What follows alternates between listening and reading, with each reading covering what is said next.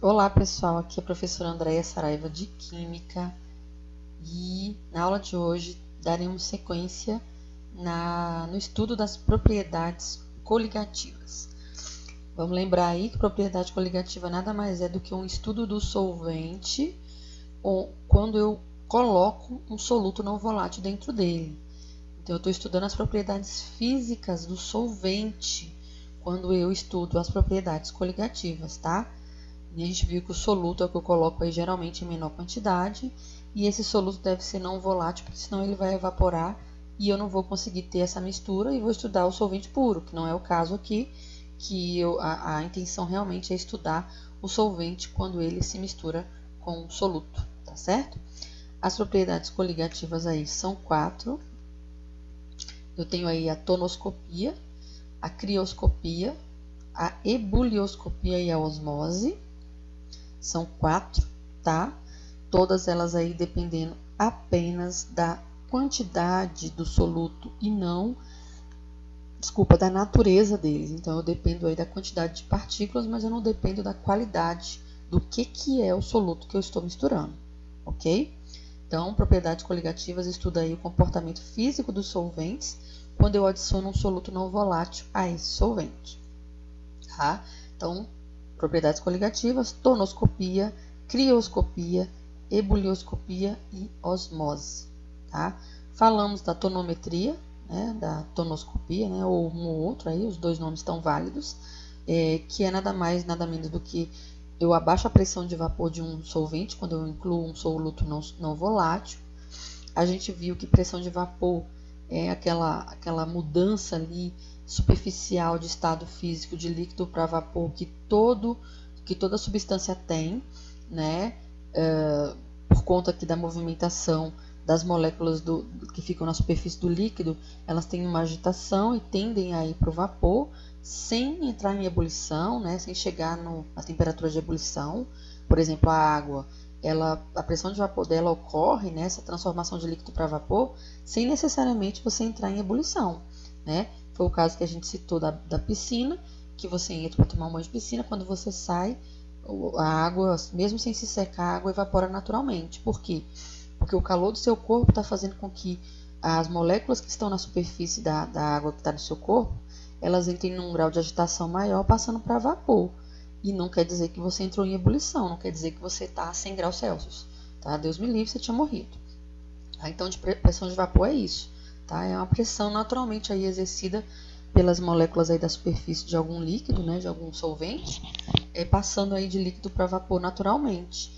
Então, o que acontece aqui? Quando eu misturo água com sal, se eu tomasse um banho, por exemplo, de mar, que a água é com sal, aquela água ela vai demorar mais a evaporar do seu corpo devido aí a essa propriedade de tonoscopia, tá? Então, você entrar numa piscina e sair, na mesma temperatura eu tô falando, você entrar numa piscina e sair, e entrar na água do mar e sair, com certeza, quem tomou banho na água de piscina vai ter a água evaporada mais rapidamente do que quem tomou banho de mar. Por quê?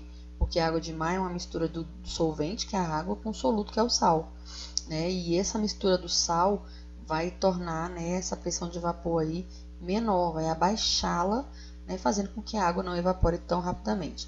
É claro que a diferença é pouquinha, tá, pessoal? Não tô falando de, nossa, você vai ficar molhado da água da piscina por 5 minutos e da água do mar você vai ficar por, sei lá, 2 horas. Não, a diferença é sutil, mas existe essa diferença, que é o comportamento aí que a gente está estudando das propriedades coligativas, tá? Então, não é uma diferença gigantesca, mas é uma diferença que vai fazer muita diferença, né? É uma diferença que vai fazer muita diferença mesmo em algumas propriedades que a gente vai estudar aqui no dia a dia aí do uso das propriedades coligativas para a indústria, por exemplo, tá certo? No dia a dia mesmo a gente tem muito exemplo de como essa propriedade pode nos ajudar aí a poupar energia, poupar recursos naturais, etc, etc, facilitar nossas vidas, tá bom? Então, olha só, tá aqui a pressão de vapor, né? Pressão aqui está medida em milímetro de mercúrio, que é uma forma de medir pressão, temperatura em graus Celsius, né? Então, olha aqui, ó, Eu tenho aqui a variação de pressão de vapor no Y e a temperatura aqui no X. Eu estou vendo que a minha pressão de vapor ela aumenta, claro, de acordo com o aumento da temperatura. Isso eu estou falando para o solvente água, tá?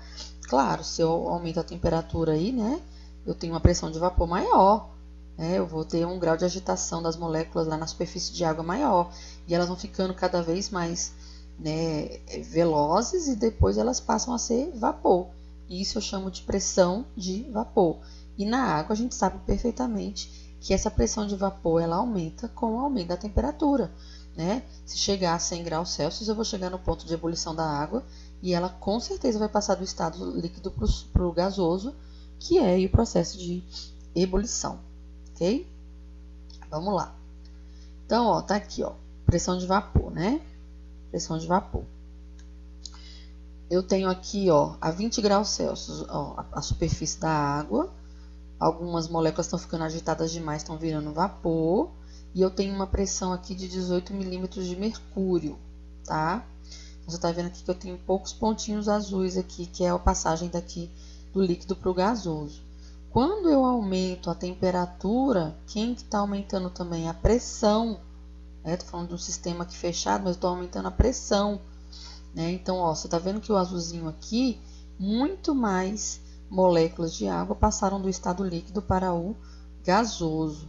E se eu aumentar ainda mais essa temperatura, que é aqui 100 graus, é a temperatura de ebulição da água, né? Com certeza a pressão das moléculas aqui, que é esse choque das moléculas com o recipiente, né? Essa pressão aumenta e, consequentemente, essa evaporação vai aumentar muito mesmo, até se tornando totalmente gasosa essa água. Por quê?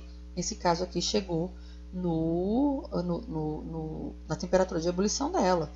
Esse aqui é o ponto mesmo onde ela sai do estado líquido para o vapor. Mas vocês estão vendo aqui que mesmo antes de atingir a temperatura de ebulição, algumas moléculas se desprendem da água, né, devido à pressão aí, mesmo sem ser a 100 graus Celsius. Porque a gente sabe que a água evapora também sem atingir a temperatura de ebulição dela, tá certo? Então, ó, a temperatura de vapor aumenta com o aumento da temperatura. Quanto maior a temperatura, maior é a pressão de vapor do líquido aí em estudo, no caso do exemplo, a água, ok? Então, isso aí é a tonoscopia, tá certo? Vamos ver aqui um gráfico da tonoscopia, ó.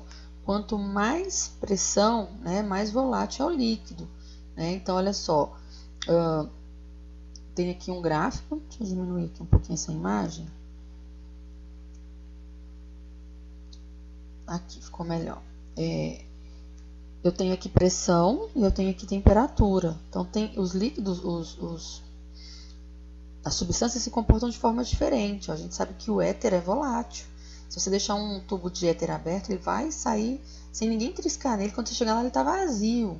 A acetona, a gente conhece bem aí, né? Na hora de limpar as unhas, se eu deixar o vidro de acetona aberto, ele vai embora sem nem triscar nele. Tá um tempo frio e ele evapora. O álcool é a mesma coisa. A água já não. A água, ela, né, tem aí umas propriedades aí, como, né, ligações de hidrogênio, que permitem aí que a água fique, né, líquida aí há mais tempo, mesmo com o aumento aí da pressão de vapor. Ela tem propriedades que garantem essa permanência no estado líquido, diferente aqui, por exemplo, dessas substâncias aqui que são, né, covalentes, enfim, todas aqui são orgânicas e tem essa propriedade aí de evaporar mais rápido, aí, como o álcool, o éter, né, thinner, essas substâncias aí que a gente conhece bem, então são até perigosas para nós, se ingeridas, enfim, né? Eles são bem voláteis, tá? Ok? Bom, então, ó, um líquido entra em ebulição quando sua pressão de vapor se iguala à pressão externa. Então, eu só vou ter a ebulição quando a pressão que vem de fora se igualar à pressão de dentro lá da água. Esse é o ponto de ebulição, tá certo? Agora, não necessariamente eu preciso atingir o ponto máximo aí de pressão de vapor para ter a evaporação da água. Ela vai evaporando naturalmente aí, sem tanto, né, sem tanta temperatura, tá? E isso também varia de acordo com a altitude, pessoal. Ó, se eu tô lá no Monte Everest, que é, nossa, quase 9.000 metros de altura, é diferente aí de se eu estiver na praia, né, no nível do mar. Então, essa pressão de vapor também varia com a altitude, tá? A altitude. Ó, quanto mais alto, menos pressão eu tenho. Quanto mais baixo, mais pressão eu tenho. Olha a pressão aqui no Monte Everest, 240 metros, né? Olha, desculpa, 240 milímetros de mercúrio quase 9.000 metros de altura, e na praia, lá no nível do mar, na área mais baixa, só 760. Aliás, 760, então muito maior. Eu passo de 240 milímetros de mercúrio para 760 quando eu vou para baixo, quando eu vou para locais mais baixos, certo? Então, a altitude faz toda diferença no estudo aí da pressão de vapor, no estudo da tonoscopia. A gente vai falar disso já já, tá bom? Então, tá aí a influência, né, da altitude no ponto de ebulição, né? Quanto mais baixo tiver, mais perto do nível do mar, maior a pressão. Quanto mais alto eu tiver, menor a pressão, né? Então, a altitude faz toda a diferença no estudo da tonoscopia, tá? Daqui a pouco eu vou mostrar para vocês aí uma foto que vai melhorar aí o entendimento com relação à altura, né? A altitude, tá certo? Então, tonoscopia aí, né? Só relembrando, estuda o abaixamento da pressão de vapor de um líquido, né? Quando é adicionado um soluto não volátil, né? E a explicação aí, né? As moléculas do soluto fazem interação com as moléculas do solvente e dificultam essas irem para o estado gasoso, né? Então, quanto mais eu tenho aí de partículas do soluto, menos essa água vai evaporar, ok? Tá aí, né? O comportamento da água formando as pontes de hidrogênio. E essas pontes de hidrogênio aí com sal, né? Ainda permitem, deixam mais fácil aí a água permanecer no estado líquido do que no estado vapor, tá? Beleza? Então tá aí gráfico de tonoscopia. E é isso, tá? Bom, vamos agora aqui para crioscopia, falar dela rapidamente. Crioscopia estuda o abaixamento da temperatura de solidificação. Lembra da temperatura lá de solidificação, né? No caso da água vira gelo, no caso da água, né? Então a gente estuda aí o abaixamento aí da temperatura de congelamento do solvente quando eu adiciono a ele um soluto não volátil. Então, será que a água ela vai precisar de mais temperatura ou menos temperatura para virar gelo se eu colocar sal nessa água, se eu misturar sal nessa água, né? Então, a crioscopia ou a criometria, ela estuda exatamente isso. Ela observa que quando eu misturo um solvente com um soluto não volátil, eu tenho um abaixamento da temperatura de solidificação. Então, esse líquido ele vai solidificar em temperaturas mais baixas, tá? Temperatura mais baixas. Por exemplo, aqui, ó, água pura, pressão de 1 atmosfera, ou 760 milímetros de mercúrio, que é a mesma coisa, eu tenho a temperatura de solidificação a 0 graus. Quando eu coloco açúcar nessa água, o que vai acontecer com a minha temperatura de solidificação? Ela vai diminuir, ou ela vai ser menor do que 0. Se eu colocar sal, essa temperatura ainda vai ser menor ainda do que 0, ó, 2 vezes aqui o sinal de menor. Então, a crioscopia observa aí que existe uma diminuição da temperatura de solidificação de um solvente quando eu misturo a ele um soluto não volátil, tá? É o caso aí da água com sal ou da água com açúcar. Se eu misturo a água com sal ou água com açúcar, o ponto de congelamento vai ser menor. Vou precisar de temperaturas mais baixas para que a minha mistura aqui vire um gelo.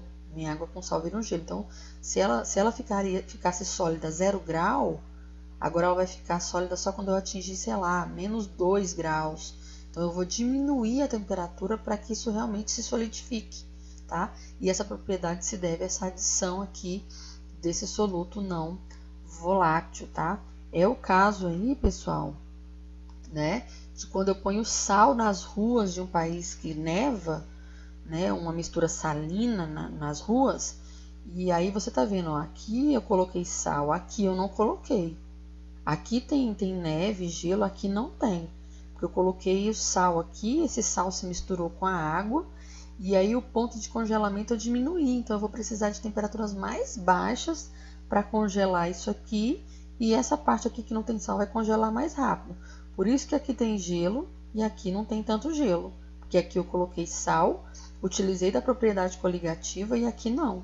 Aqui virou gelo a 0 graus, aqui vai virar gelo só quando atingir -2, né? Diferença de -2, -3 graus, não sei, tá? Não é tão grande assim a diferença, mas eu tô vendo aqui a diferença nítida no dia a dia de um país que neva muito, e essa colocação de sal aí, né, de alguma substância salina ou enfim, algum outro soluto não volátil misturado aqui no asfalto, tá me dando aí uma diferença, uma qualidade melhor. É mais fácil andar aqui do que andar aqui nessa quantidade grande de neve, tá certo?